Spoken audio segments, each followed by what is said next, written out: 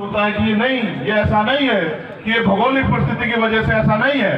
ये इसलिए है कि उनको दोनों टाइम अच्छा भोजन भी प्राप्त नहीं हो रहा है। रूखा सूखा खाके थोड़ा थोड़ा पैसा बचा के वो अपने बच्चों का पेट पालने की कोशिश कर रहे हैं और अपने बच्चों को पढ़ा के कि उनको मजदूरी ना करनी पड़े, इस तरह का प्रयास कर रहे हैं।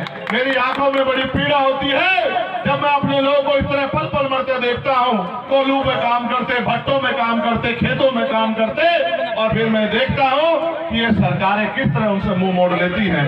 बड़ी तकलीफ होती है सम्मानित साथियों, लेकिन कर क्या सकते हैं आप मुझे बताओ। जिस तरह से महिलाओं पे शोषण हो रहा है, जिस तरह से आज भी मूछे रखने पे, घोड़ी चढ़ने पे, मटकी छूने पे और अच्छे कपड़े पहनने पे भी दलित पिछड़े आदिवासियों की खाल खींचने का काम गुंडे करते हैं, तो मन में पीड़ा होती है। भारतीय संविधान ने हमें लोकतांत्रिक शक्ति दी थी, बाबा साहब अम्बेडकर ने हमें वोट का अधिकार दिया था। इस वोट से हम जिसको चाहे कुर्सी पे बिठा देते और जिसको चाहे कुर्सी से उतार के पटक देते, क्योंकि ये वोट हमारा हथियार है, ये वोट हमारी ताकत है। लेकिन सामान्य साथियों, हमने वोट की वैल्यू नहीं समझी।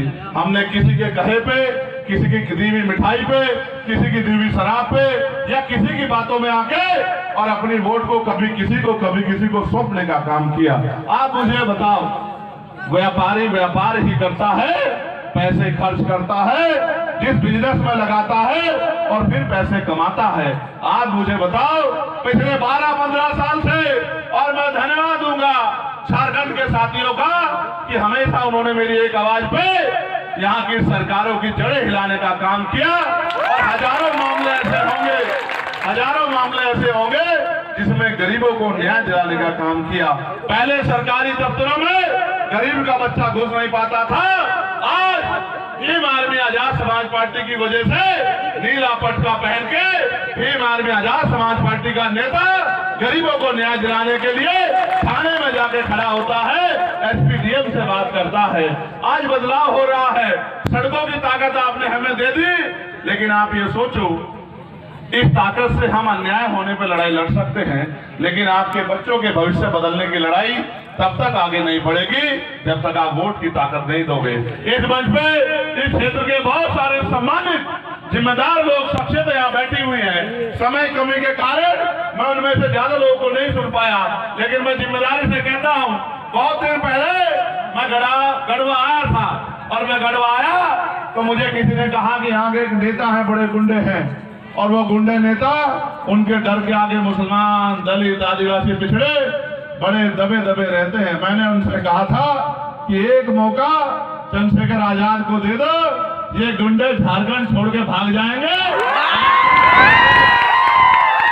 और अब वो लगभग मौका आ गया है, क्योंकि अगर जिंदगी बदलना चाहते हो तो आपके अंगुली में वो ताकत दी है बाबा साहब अम्बेडकर ने, जिसके लिए जो आसानी से नहीं मिली। उनके 4-4 बच्चे कुर्बान हुए, 4-4 बच्चों ने कुर्बान। आप एक बच्चे को उंगली, आपके परिवार में कोई बच्चा होगा, कोई परिवार का मेंबर होगा, उसकी एक उंगली कट जाएगी तो देखना कितनी तकलीफ होती है। बताओ, होती है नहीं होती है तकलीफ? अगर माचिस से कि तीली से हाथ जल जाए तकलीफ होती है नहीं होती है? और आप देखो, बाबा साहब अम्बेडकर ने हमारे लिए अपने 4-4 बच्चे कुर्बान किए। उनकी पत्नी रोती रही, लेकिन वो हमारे लिए सोचते रहे। और मैंने इस लड़ाई में, आप जानते हो, 4-4 गोलियां खाई, और वो गोली मैंने इसलिए नहीं खाई कि मैंने किसी की जमीन दबा रखी है। जब मैं गरीबों के हक की बात करता हूँ तो यहाँ के पैसे वाले लोगों, ताकतवर लोगों को अच्छा नहीं लगता। वो ये सोचते हैं कि ये गुलाम बने रहेंगे तो हम लोग कुर्सी पे बैठे रहेंगे, हम बाबू साहब बने रहेंगे। लेकिन ये गरीब का बच्चा पढ़ लिख के आगे बढ़ गया तो ये अपने लोगों को बाबू साहब बना देगा। इनको बाबू साहब नहीं बनने देना है, इनसे मेहनत मजदूरी करवानी है, इसलिए वो हमारे लोगों को आगे नहीं बढ़ने देते। मैं आपसे कहना चाहता हूँ कि ये वोट की ताकत हमें गुलामी की बेड़ियां काटने के लिए मिली है, रोने धोने के लिए और हाथ फैलाने के लिए नहीं मिली है। सामान्य साथियों, हम सब लोग अपनी वोट का अगर जिम्मेदारी से प्रयोग करें तो देखिए क्या होगा। जिस पॉलिसी को मैं लागू कराने की बात कर रहा हूँ वो लागू होगी। आज भी सरकार के पास हजारों लाखों बीघे जमीन पड़ी है, लेकिन सरकार पॉलिसी नहीं बनाती कि जिन पे जमीन है इनको जमीन मिल जाए। मैं तो देश भर में घूमता हूँ, आपके क्षेत्र में आया हूँ, आप अपनी मोहल्ले में जाना, अपनी गली में जाना और मेरे कहीं से काम करना, कर दोगे नहीं कर दोगे? एक खाना और अपनी चेक करना कितने मकान ऐसे जिन पे प्लस्तर है और कितने मकान ऐसे जिन पे प्लस्तर नहीं है। और मैं गारंटी से कहता हूँ 60% मकान आपके यहाँ ऐसे होंगे जिनके घरों पे प्लस्तर नहीं होंगे। 60% 70% मकान ऐसे होंगे जिनके घरों में एसी नहीं लगा होगा। 70% मकान ऐसे होंगे जिनके घर 4 पहियों की गाड़ी नहीं होगी। 70% मकान ऐसे होंगे जिनके घरों में बहुत सारी सुख सुविधाएं और तो छोड़ो पीने के लिए साफ पानी का आरोप होगा। आप क्या ये देश सिर्फ क्या देश सिर्फ पैसे वालों का? क्या हम गरीबी में पैदा होकर गरीबी में मरते रहेंगे? आप बताओ कहाँ सरकारी नौकरी है? सारी नौकरियों में भ्रष्टाचार हो रहा है। तमाम तरह से पढ़े लिखे नौजवान बेरोजगार घूम रहे हैं। और आप ये बताओ आपके सबसे नजदीकी कस्बा कौन सा पड़ता है? बताओ। अटारी कितनी दूर है यहाँ से? बताओ। 1 किलोमीटर दूर बताओ, 10-15 किलोमीटर दूर थोड़ा सर्वे करते।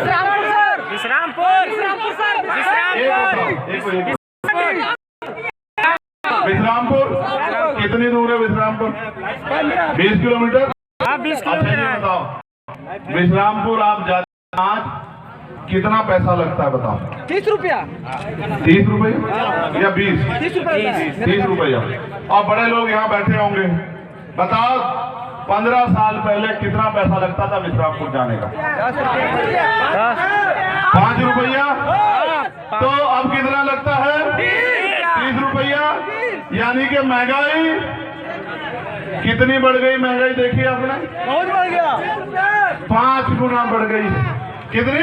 5 रुपए का माल 30 रुपए का हो गया। आपकी आमदनी बढ़ी? नहीं। बढ़ी? नहीं। आपकी जेब में पैसा आया? नहीं। आपकी अच्छी सड़कें, बिजली, पानी की व्यवस्था हुई? नहीं। तो ये सरकारें काम किसके लिए कर रही है भाई? मैं बस आपको ये कहना चाहता हूँ, बिना किसी हिचकिचाहट के इनके भरोसे मत रहो। जिनको मौका मिल गया और उन्होंने पलट के